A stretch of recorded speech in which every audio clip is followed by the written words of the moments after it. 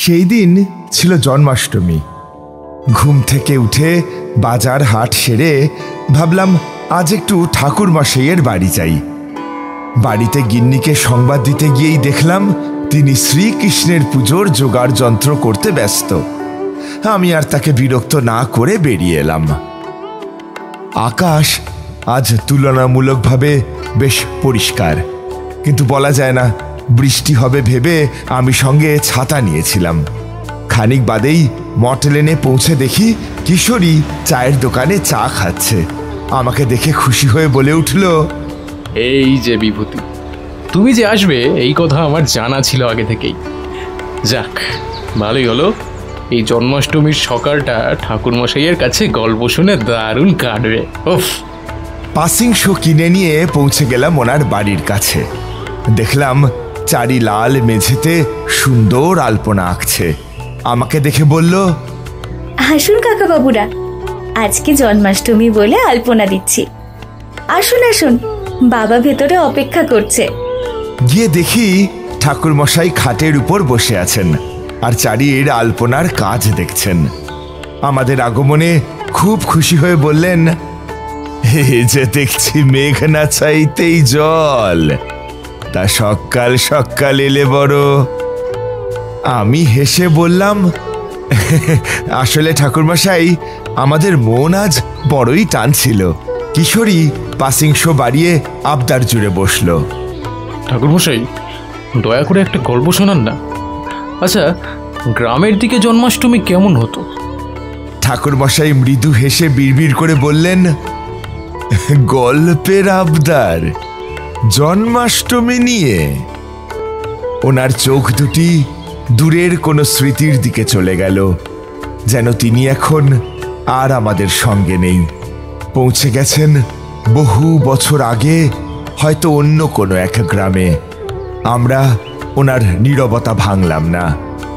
কিশোরীর আবদার, আমাদের কৌতূহল, সব কিছু যেন একাকার হয়ে গিয়েছিল সেই শান্ত সকালে। একটু পরে ঠাকুরমশাই কথা বলা শুরু করলেন। সে এক সময় ছিল বিভূতি, এখনকার মতো এমন আলো ঝলমলে মন্দির ছিল না, কিন্তু ভক্তি ছিল ঢের বেশি। জন্মাষ্টমীর কয়েকদিন আগে থেকেই সারা গ্রামে একটা চাপা উত্তেজনা কাজ করত। ঘরে ঘরে মা বোনেরা নাড়ু, মুরকি আর নানা রকম মিষ্টি বানাতেন। উঠোনে হতো কৃষ্ণ লীলার পালা। বাঁশের খুঁটি আর শালপাতার ছাউনি দিয়ে তৈরি হতো অস্থায়ী মণ্ডপ। ছেলেরা সারা রাত ধরে বন থেকে আনতো নানা রকম ফুল আর পাতা।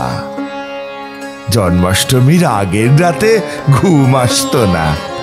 গ্রামের সব ছেলে মেয়ে দল বেঁধে কৃষ্ণলীলার পালা দেখত। মাঝরাতে যখন শ্রীকৃষ্ণ জন্ম নিতেন, তখন সারা গ্রামে উলুধ্বনি আর শঙ্খধ্বনিতে ভরে যেত। প্রতিটা বাড়ি থেকে আনা হতো ফল, মিষ্টি আর নানা ধরনের নিবেদন। সেই রাতে সবাই মিলে খেত। ধনী গরিবের কোনো ভেদাভেদ ছিল না। সে এক অন্যরকম উৎসব ছিল বিভূতি। শ্রীকৃষ্ণকে শুধু মন্দিরের ভিতরে আটকে রাখা হতো না, তিনি যেন সারা গ্রামে ছড়িয়ে থাকতেন। উঠোনে, নদীর ঘাটে, গাছের নিচে সবখানেই যেন তাঁর উপস্থিতি অনুভব করা যেত। আর পরদিন সকাল থেকেই শুরু হতো দই হাঁড়ি ভাঙার খেলা। গ্রামের যুবকেরা একে অপরের পিঠে চড়ে উঁচু মাটির হাঁড়ি ভাঙত, আর দর্শকদের সে কি উল্লাস! সে এক দারুণ উত্তেজনা। কিশোরী উত্তেজিত হয়ে বলল, ঠাকুরমশাই, এই জন্মাষ্টমী নিয়ে আপনার জীবনে কোনো অভিজ্ঞতা আছে কি? বলুন না। সেবার গিয়েছিলাম জন্মাষ্টমীর কয়েকদিন আগে নদিয়ার নবদ্বীপের কাছে গোপালপুর গ্রামে। গ্রামটি বেশ ছিমছাম এবং বর্ধিষ্ণু বলা চলে।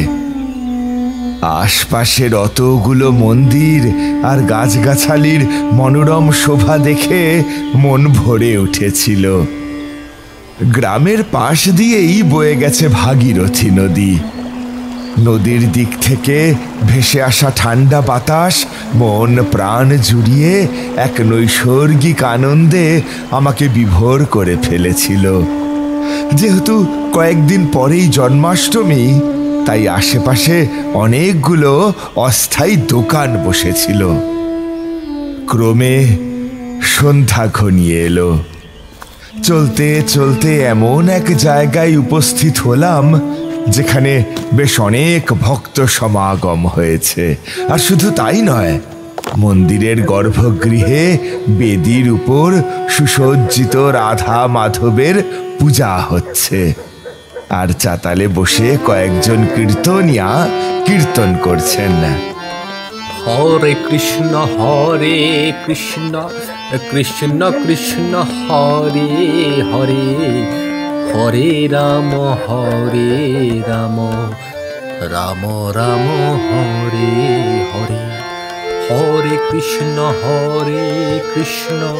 কৃষ্ণ কৃষ্ণ হরে হরে, হরে রাম রাম রাম রাম হরে হরে।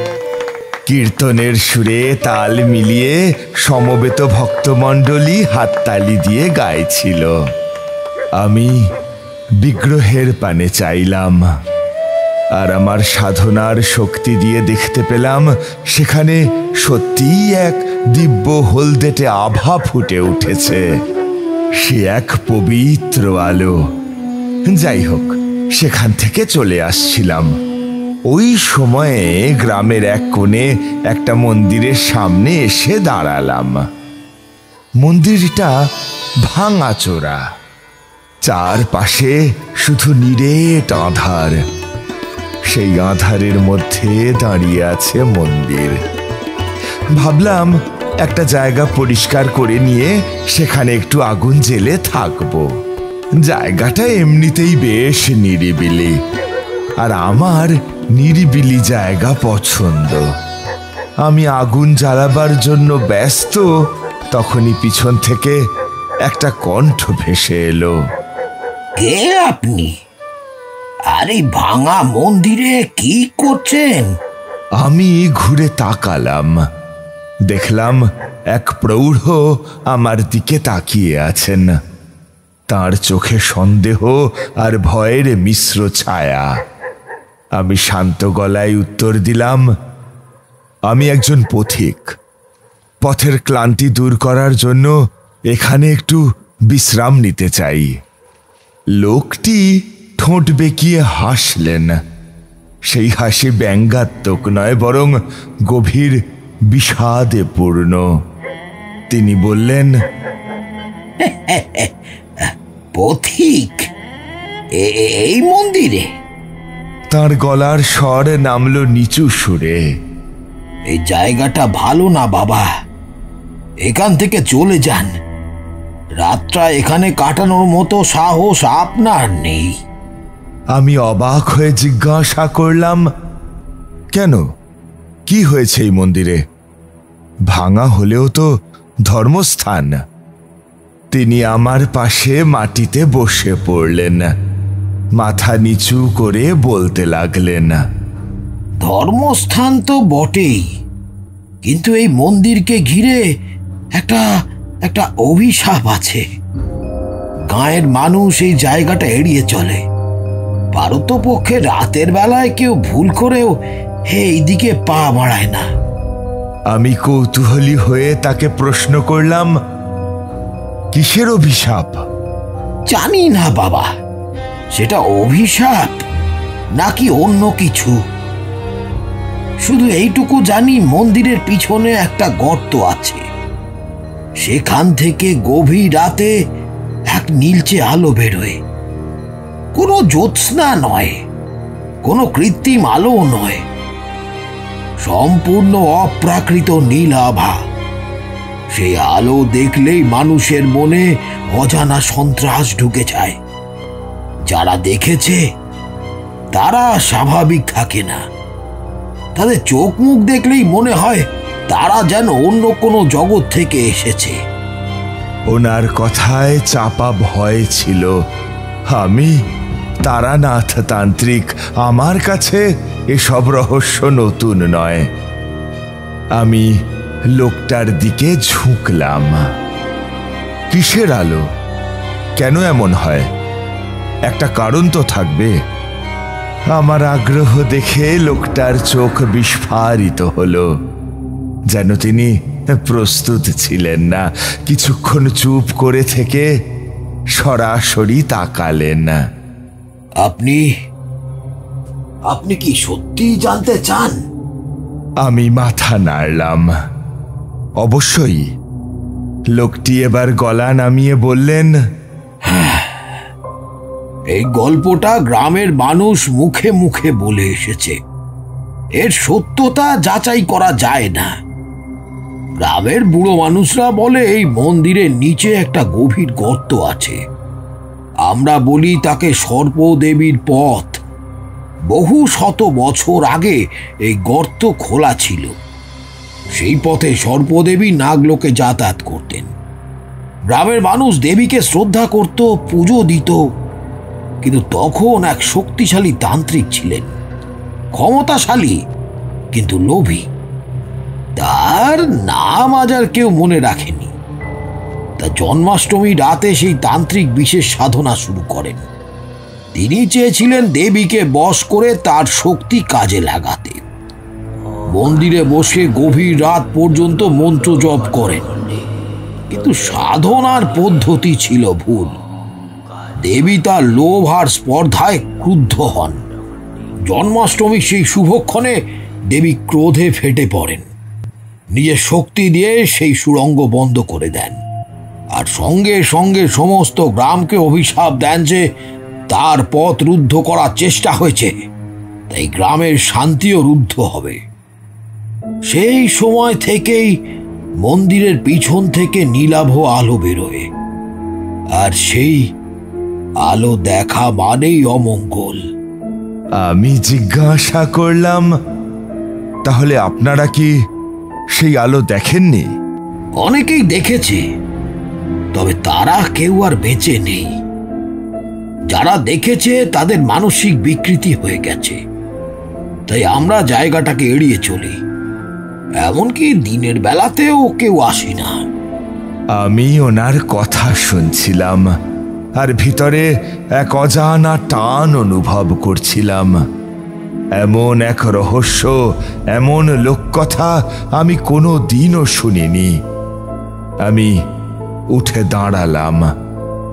লোকটি অবাক হয়ে তাকালেন। আমি মৃদু হেসে বললাম, আমি থাকব, আমি দেখতে চাই সেই নীল আলো। লোকটি আঁতকে উঠলেন। না বাবা, আপনি তা করতে পারেন না। আপনি জানেন না আপনি কি করতে চলেছেন।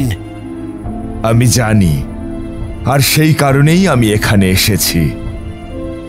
লোকটি আর কথা না বাড়িয়ে চলে গেলেন।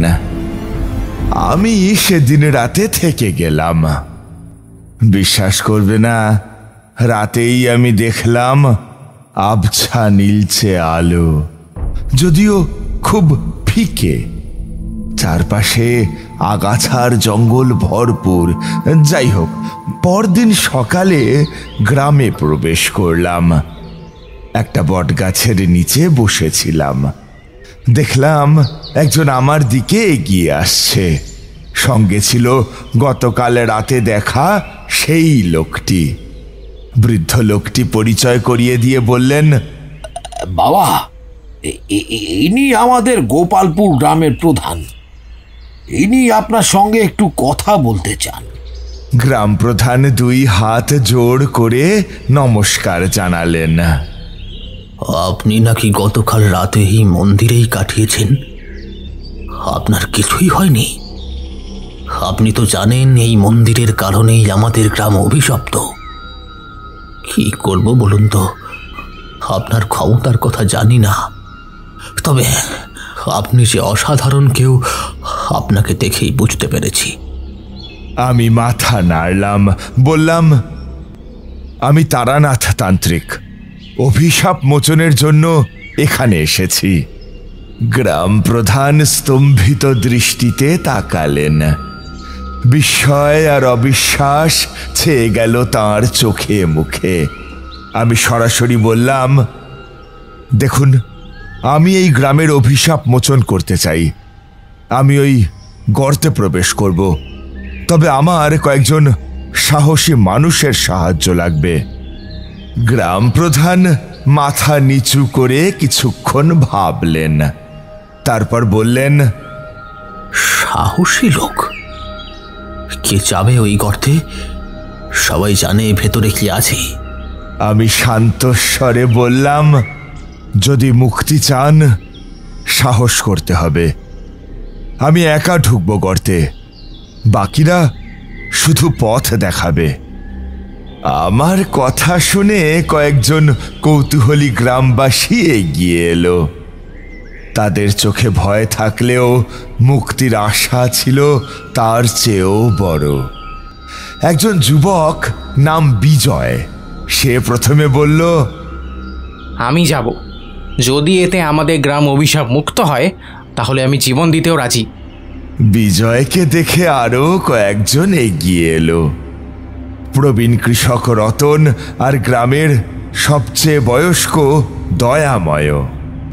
গ্রাম প্রধান অনিচ্ছা সত্ত্বেও মাথা নাড়লেন, যেন ভাগ্য মেনে নিয়েছেন। বেশ, আমি আপনাদের পথ দেখাবো। আগে আমাদের মন্দিরে যেতে হবে। আমরা সবাই মিলে মন্দিরের উদ্দেশ্যে রওনা হলাম। সূর্যের আলো তখন উজ্জ্বল। মন্দিরের পিছনের গর্তে এসে দাঁড়ালাম।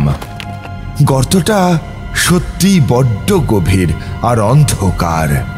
চারপাশে বাতাস ভারী আর স্যাঁতস্যাঁতে। আমি একটা ডাল ভেঙে মশাল জ্বালালাম। বাকিরা কোদাল দিয়ে গর্তের মুখ বড় করে দিল। তারপর মশাল হাতে সবার আগে আমি গর্তে নামতে শুরু করলাম। পথটা সরু, অন্ধকার, ভিজে আর পিচ্ছিল। আমি খুব সাবধানে এগোচ্ছিলাম। প্রায় 15 মিনিট নামার পর আমরা পৌঁছলাম একটা প্রশস্ত গুহার মতো জায়গায়। গুহা এক জায়গায় এসে শেষ হয়েছে। মশালের আলোয় দেখলাম সামনে এক অদ্ভুত দৃশ্য। একটা মানব কঙ্কাল দেওয়ালে ঠেস দিয়ে বসে আছে, যেন এখনো ধ্যানরত। আমি তাকিয়ে থমকে গেলাম। এটা কি? আমি এগিয়ে গেলাম। কঙ্কালের পাশে পাথরের উপর একটা অদ্ভুত মূর্তি। মূর্তিটা মা মনসার আদলে গড়া, কিন্তু তাতে কোনো সর্প নেই। তার বদলে তার চোখ দুটি জ্বলজ্বল করছে, নীলমণি। যে নীল আলোর কথা গ্রামের মানুষ বলেছিল, সেই একই নীল আভা সেই মণি থেকে বের হচ্ছিল। এই হলো সেই তান্ত্রিকের কঙ্কাল, আর এই সেই মূর্তি। আমি মূর্তির দিকে হাত বাড়ালাম। ওটা কিরকম মূর্তি ছিল? অলৌকিক কিছু অনুভব করতে পারছিলেন নাকি? জিজ্ঞেস করল কিশোরী। ঠাকুরমশাই বললেন, এটি কোনো সাধারণ মূর্তি নয়। এই মূর্তির মণিগুলোই ছিল আসলে অভিশাপের উৎস। আমি মূর্তিটা স্পর্শ করতেই কঙ্কালটা ঝুরঝুর করে নিচে পড়ে গেল, আর মণিগুলো আরো উজ্জ্বল হয়ে উঠল। মণি থেকে নির্গত হওয়া আলো পুরো গুহাটাকে আলোকিত করে তুলল। আমি মূর্তিটা হাতে নিতেই গুহার ভিতরে এক বিকট শব্দ হলো, যেন মাটি কেঁপে উঠল। আমার মাথার উপর থেকে বড় বড় পাথর গড়িয়ে পড়ল, আর মুহূর্তের মধ্যেই গর্তের মুখটা আটকে গেল। মশালের আলোতেও চারপাশটা অন্ধকার হয়ে গেল। আমি শান্ত থাকলাম। আমার মনে হলো এই ঘটনাটা কোনো দুর্ঘটনা নয়, বরং পূর্ব পরিকল্পিত। মূর্তিটি তুলে নেওয়ার জন্যই এমনটা হলো। আমি মণিগুলোর দিকে তাকালাম। সেগুলোর নীল আলো আরো তীব্র হয়েছে। আমি গুহার দেয়ালগুলো পরীক্ষা করতে লাগলাম। হঠাৎ একটা জায়গায় পাথরের গাঁথুনি আলগা মনে হলো। আমি মূর্তিটি ঝোলা থেকে বের করে সেই জায়গায় স্পর্শ করালাম। নীল আলোটা মুহূর্তের জন্য আরো তীব্র হলো, আর দেওয়ালের পাথরগুলো যেন আপনা আপনি সরে গেল। একটা নতুন পথ খুলে গেল। আমি সেই নতুন পথ ধরে সাবধানে এগোতে থাকলাম।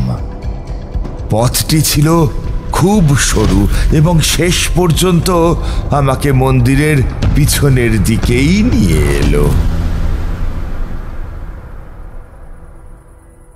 আমি যখন বাইরে এলাম তখন চারপাশটা একেবারে অন্ধকার।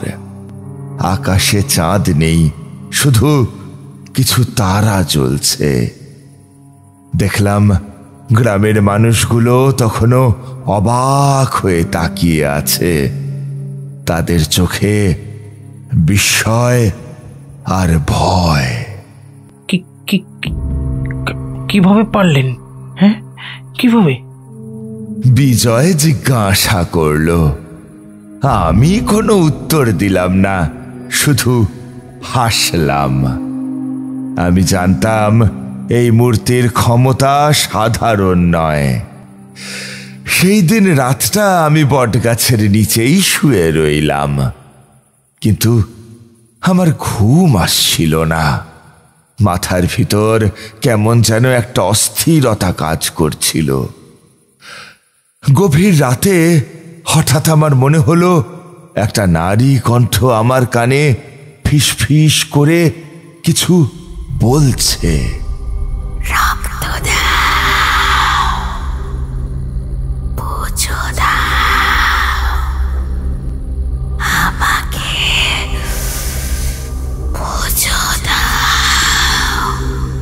আমি ধর্মর করে উঠে বসলাম। চারপাশটা শান্ত, শুধু ঝিঝি পোকার ডাক শোনা যাচ্ছে। আমি নিশ্চিত ছিলাম এটা আমার মনের ভুল নয়। ওই মূর্তিটির জন্যই এমনটা হচ্ছে। আমি মূর্তির নীল মণিগুলোর দিকে তাকালাম। সেগুলি যেন অন্ধকার রাতেও জ্বলজ্বল করছে।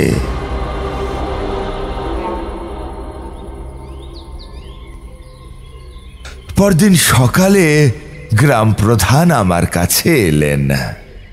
আপনার কি হয়েছে? তিনি জিজ্ঞাসা করলেন। আপনার চোখগুলো কেমন লাল হয়ে গেছে। কিছু হয়নি। আপনি কি সেই মূর্তিটা পেয়েছেন? আমি আমার ঝোলা থেকে মূর্তিটি বের করে দেখালাম। গ্রাম প্রধানের মুখ ফ্যাকাশে হয়ে গেল। আপনার কি মনে হচ্ছে অভিশাপ দূর হয়ে গেছে? আমি জানতাম না কি উত্তর দেব। আমি শুধু মনে মনে সেই নারী কণ্ঠের কথাগুলো ভাবছিলাম।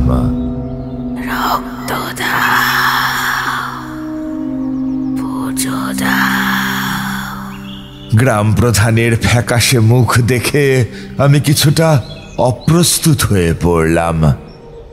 তিনি দ্রুত সেখান থেকে চলে গেলেন। ওনার চলে যাওয়ার পর গ্রামের অনেকেই আমার দিকে অদ্ভুত দৃষ্টিতে তাকিয়ে থাকলো। কেউ কেউ মুখ টিপে হাসছে, কেউ আবার ফিসফিস করে কিছু বলছে, আমি স্পষ্ট শুনতে পাচ্ছিলাম। এই শুনছো, সাধু বাবা মনে হয় পাগল হয়ে গেছে। মূর্তিটা ওরে বশীভূত করিছে, অভিশাপটা ওর উপরে ভর করিছে।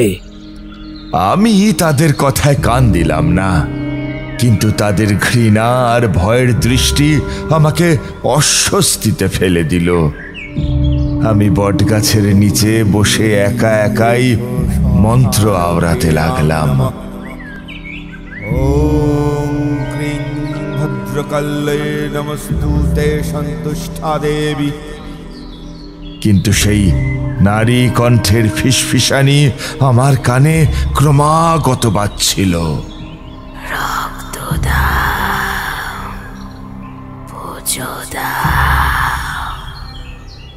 আমাকে পুজো করো। যত সময় যাচ্ছিল আমার অস্থিরতা ততই বাড়ছিল। আমার চোখ দুটো যেন জ্বলে যাচ্ছিল, আর সারা শরীরে কেমন যেন একটা কাঁপুনি হচ্ছিল। আমি মূর্তিটিকে ঝোলা থেকে বের করে বারবার দেখছিলাম। তার নীল মণিগুলো যেন আরো উজ্জ্বল হয়ে উঠছিল। এইভাবেই দিন কাটতে লাগলো। আমার শরীর মন ধীরে ধীরে দুর্বল হতে শুরু করলো। আমি খারাপ স্বপ্ন দেখতাম। বুঝতে পারছিলাম আমার মৃত্যু অনেক কাছে চলে এসেছে। এই খবরটা দ্রুত ছড়িয়ে পড়ল, আর কিছুদিনের মধ্যেই আমার গুরু ভাই সাধন এসে হাজির হলেন। সাধনের চোখে ছিল গভীর উদ্বেগ। তিনি আমাকে এমন অবস্থায় দেখে চমকে গেলেন। আমার পাশে এসে বসলেন, শান্ত স্বরে জিজ্ঞাসা করলেন, তারানাথ, কি হয়েছে তোমার? আমি ওনার দিকে তাকিয়ে কোনো কথা বলতে পারলাম না, শুধু মূর্তিটি দেখিয়ে দিলাম। সাধন মূর্তিটি দেখেই সব বুঝতে পারলেন। ওনার মুখটাও ফ্যাকাশে হয়ে গেল। তিনি কাঁপা গলায় বললেন, এই তো সেই অভিশপ্ত মূর্তি। জন্মাষ্টমীর রাতে এর ক্ষমতা তুঙ্গে পৌঁছয়। সেদিন যদি দেবীর ক্রোধ প্রশমিত করা না যায় তবে। সাধন চুপ করে গেলেন। আমি বুঝতে পারলাম তিনি কি বলতে চেয়েছেন। এই মূর্তি তোমাকে ধীরে ধীরে শেষ করে দেবে। রাধাষ্টমীর রাতই এর শেষ সুযোগ। সেদিন যদি এর পুজো না হয় তাহলে এটা তোমাকে মেরে ফেলবে তারানাথ। তাহলে কি করব? আমি জিজ্ঞাসা করলাম। আমার কাছে একটা উপায় আছে। এই মূর্তিটার একটা গোপন ইতিহাস আছে। এক তান্ত্রিকই একসময় এই দেবীকে পুজো করতেন, কিন্তু তিনি তার লোভের কারণে এর ক্ষমতাকে ভুল পথে ব্যবহার করেছিলেন, আর সেই কারণেই এই অভিশাপ। তাহলে কি করলে অভিশাপ দূর হবে? এর সমাধান আছে এর উৎসস্থলেই। যেখানে এই মূর্তি পাওয়া গেছে সেই মন্দিরের কাছে একটা গোপন স্থান আছে। সেখানে একটা প্রাচীন শিলালিপি আছে। সেই শিলালিপিতেই এর সমাধান লেখা আছে। কিন্তু সাধন চুপ করে গেলেন। কিন্তু কি? আমি অধৈর্য হয়ে জিজ্ঞাসা করলাম। জন্মাষ্টমীর রাত আসতে আর মাত্র দিন 2 বাকি। আমাদের হাতে খুব বেশি সময় নেই তারানাথ। ওই শিলালিপি খুঁজে বের করতেই হবে, আর তার মধ্যে যা লেখা আছে তাই করতে হবে।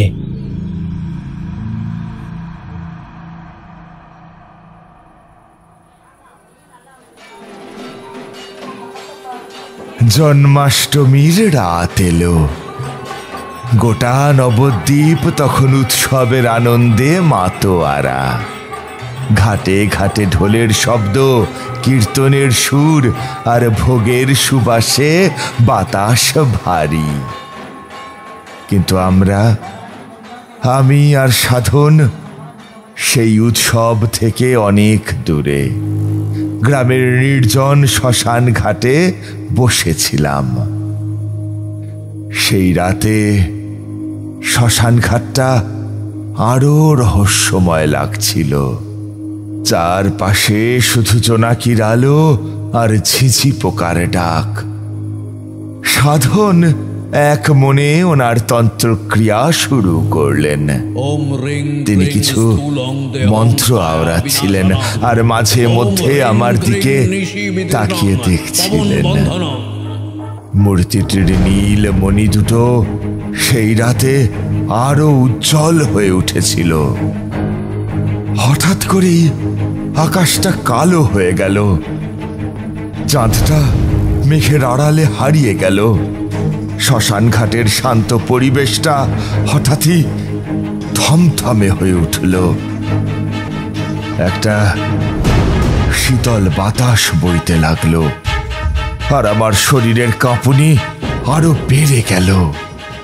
আমি বুঝতে পারছিলাম কিছু একটা ঘটতে চলেছে। ঠিক তখনই একটা বিকট শব্দ করে মাটির ফাটল থেকে একটা নীলাভ সাপ বেরিয়ে এলো। তার গায়ের রং মূর্তির মণির মতো উজ্জ্বল নীল। সাপটা ফোঁস ফোঁস করতে করতে আমার দিকে এগিয়ে আসছিল। আমি ভয় পেয়ে পিছনে সরে গেলাম। সাধন চেঁচিয়ে বললেন, সাবধান তারানাথ, এই সাপ সাধারণ নয়, এই সাপই দেবীর ক্রোধের প্রতীক।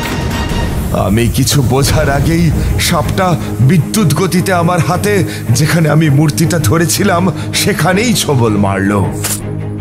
আমার শরীর যেন অসাড় হয়ে গেল। আমি মাটিতে লুটিয়ে পড়লাম। সাপের বিষে শরীর ধীরে ধীরে অবশ হয়ে আসছিল, চোখ ঝাপসা হয়ে আসছিল। কিন্তু আশ্চর্যজনকভাবে আমার জ্ঞান পুরোপুরি হারালো না। অর্ধ অচেতন অবস্থায় দেখলাম আমার হাত থেকে কয়েক ফোঁটা রক্ত মাটিতে পড়ল। সাধন বললেন, তারানাথ, এবার তুমি তোমার রক্ত দিয়ে একটি পবিত্র আসন নির্মাণ করো। বিষে অচেতন অবস্থায় অনেক কষ্টে আমি আসন নির্মাণ করলাম। সাধনের কণ্ঠে ভয় আর উদ্বেগ মিশে ছিল। তিনি দ্রুত জোরে মন্ত্র উচ্চারণ করতে লাগলেন। ওম সর্ববাধা প্রশমনং ত্রৈলোক্য সাখিলেশ্বরী এবমেব ত্বা কার্যম মম দৈরি বিনাশনম। হঠাৎ শ্মশানের বাতাসটা আরো ভারী হয়ে উঠল। একটা বিকট হিস হিস শব্দ শুনতে পেলাম। একটি বিশাল আকারের অজগর সাপ আমার ঘাড়ের চারপাশে পেঁচিয়ে ধরল। আমি নড়তে পারছিলাম না, শ্বাস বন্ধ হয়ে আসছিল। গুরু ভাই, বাঁচাও! সাধন যেন পাগলের মতো মন্ত্র আওড়াচ্ছিলেন। তিনি চোখ বন্ধ করে দেবীর আরাধনা শুরু করলেন। ওম জয়ন্তী মঙ্গলা কালী ভদ্রকালী কপালিনী দুর্গা শিবা সমাধাত্রী সোহা সোহা নমস্তুতে। ঠিক সেই মুহূর্তে আকাশে ঘন মেঘ আরো কালো হয়ে গেল। বিদ্যুৎ চমকে উঠল আর শ্মশানের মাঝখানে একটি উজ্জ্বল নীল আলো জ্বলে উঠল। সেই আলো যেন চোখ ঝলসে দিচ্ছিল। আলোর ভিতর থেকে এক নারী মূর্তি ধীরে ধীরে স্পষ্ট হলেন। তিনি যেন সাক্ষাৎ দেবী। তার চোখ দুটো থেকে ঠিক সেই মূর্তির মণির মতো নীল আলো বিচ্ছুরিত হচ্ছিল, যা চারপাশে এক অলৌকিক পরিবেশ তৈরি করলো। থেমে যাও সাধন, তোমরা আমাকে চিনতে পারোনি। সাধনের মন্ত্রোচ্চারণ থেমে গেল। তিনি হাত জোর করে দেবীর সামনে নত জানু হলেন। হে দেবী, আমরা আপনাকে ভুল বুঝেছিলাম।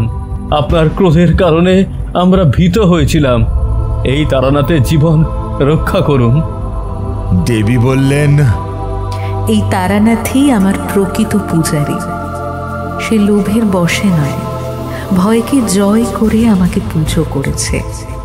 এই শিলালিপির রহস্য এটাই ছিল যে ভয়কে জয় করে আমাকে পবিত্র রক্ত দিয়ে পুজো করবে, সেই হবে আমার আশীর্বাদের যোগ্য। সেই মুহূর্তেই অজগরটা আমার ঘাড় থেকে সরে গেল। শরীর থেকে সব ব্যথা ক্লান্তি উধাও হয়ে গেল।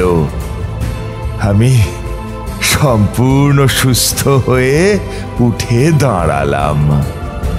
দেখলাম আমার হাতে সেই নীলমণির মূর্তিটা জ্বলজ্বল করছে, কিন্তু এবার তার আলোতে কোনো ভয় নেই, বরং শান্ত পবিত্র এক আভা।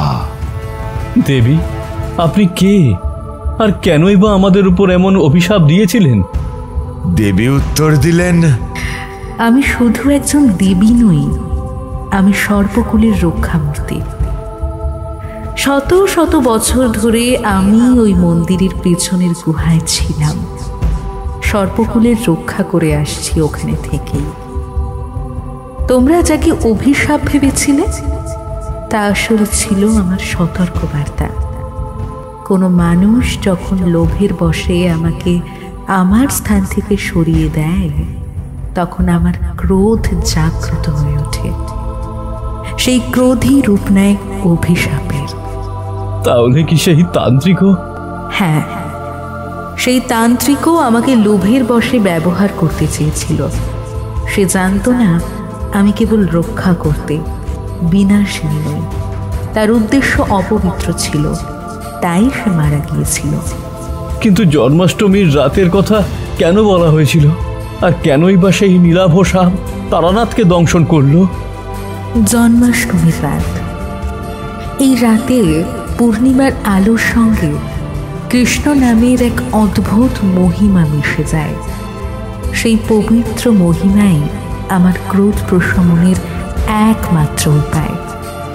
তোমাদের উচিত ছিল মন্দিরে বসে কৃষ্ণ নাম করা, আর আমি সেই কারণেই তোমার উপর সর্পকুলকে প্রেরণ করেছিলাম, যেন তোমরা সত্যের কাছাকাছি পৌঁছতে পারো।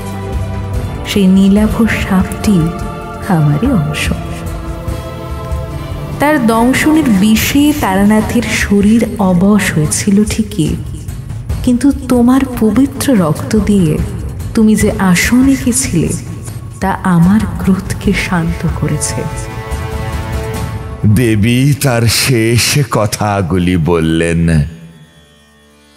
সেই যাত্রায় আমি গ্রামকে অভিশাপ মুক্ত করতে পারলাম। ঠাকুরমশাই একটু চুপ করলেন, তারপর একটা পাসিং শো ধরালেন। সুখ টান দিয়ে বললেন,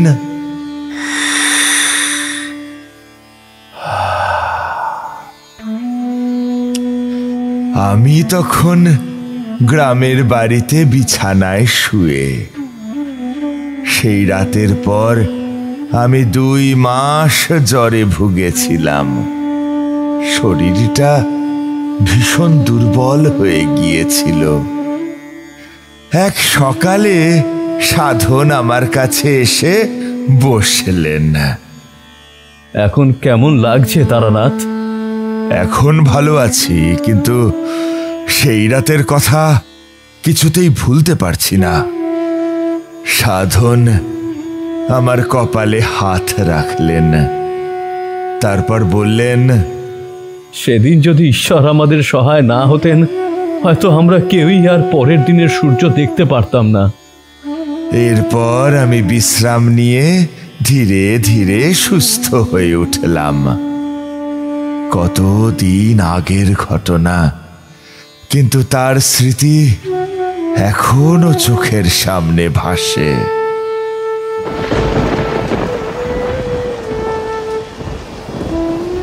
গল্প বলা শেষ করলেন ঠাকুরমশাই। বাইরে বৃষ্টি হচ্ছিল। চারি এসে আমাদের বলল, নিন কাকাবাবুরা, জন্মাষ্টমীর প্রসাদ গ্রহণ করুন।